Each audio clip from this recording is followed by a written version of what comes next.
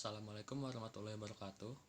Perkenalkan, nama saya Muhammad Dafa Sudrajat dengan NPM 333419010.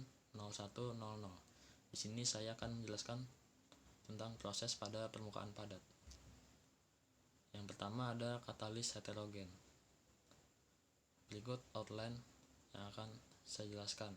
Yang pertama ada pengertian, prinsip kerja, mekanisme, peranan, dan terakhir ada contoh.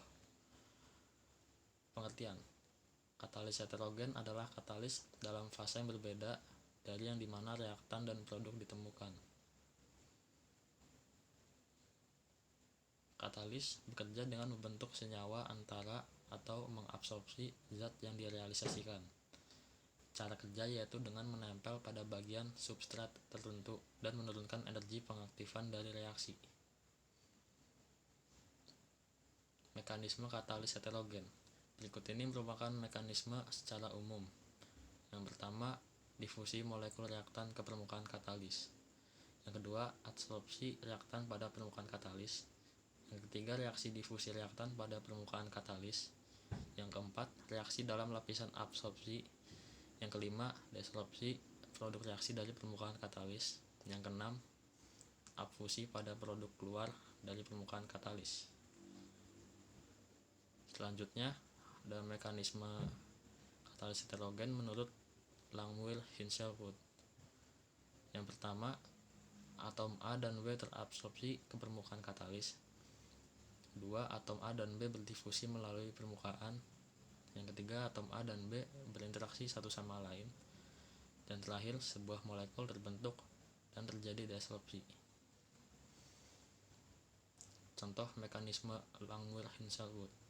Berikut ini contoh ada pada 2CO2 pada katalis platina, CH3OH pada katalis ZNO, C2H6 pada katalis tembaga.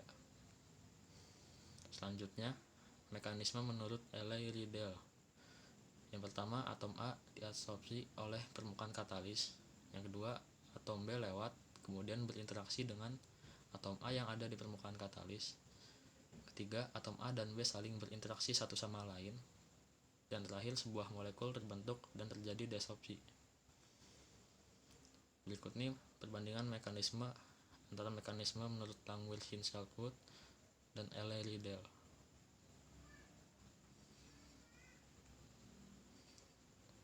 Perbedaan katalis homogen dan heterogen.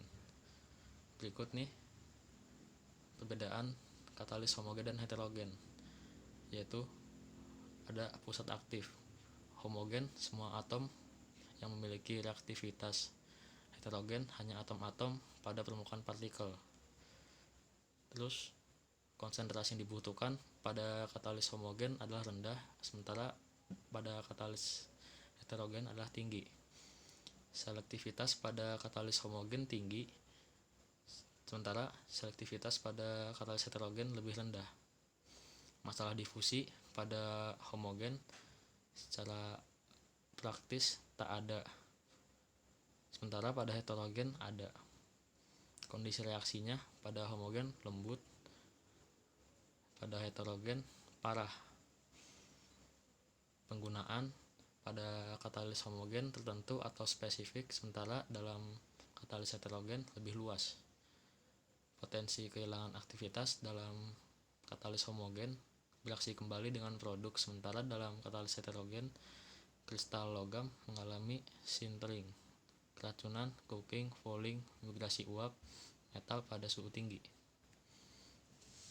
Peranan katalis heterogen. Katalis heterogen mempunyai peranan penting dalam industri minyak, yaitu dalam bahan bakar cair sintetis seperti bensin dari minyak diesel dengan cara reaksi hidrogen dengan karbon monoksida. Suatu katalis logam yang tepat seperti nikel atau kobalt, karbon monoksida akan bereaksi dengan hidrogen untuk menghasilkan air dan hidrokarbon. Berikut ini contoh katalis heterogen. Pertama adalah proses Haber dalam pembuatan amonia, proses kontak pada pembuatan H2SO4, oksidasi amonia pada pembuatan asam nitrat, hidrogenasi hidrokarbon, dan terakhir pembuatan asam klorida. Selanjutnya, proses pada elektroda.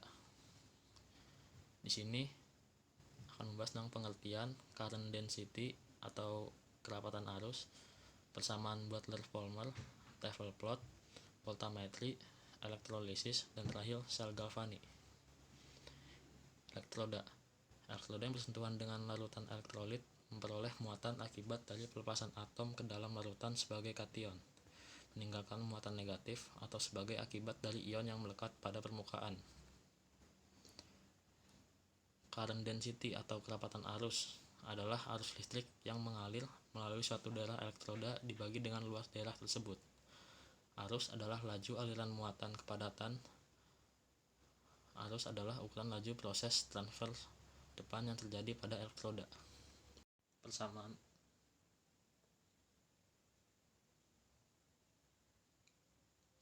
Butler-Volmer.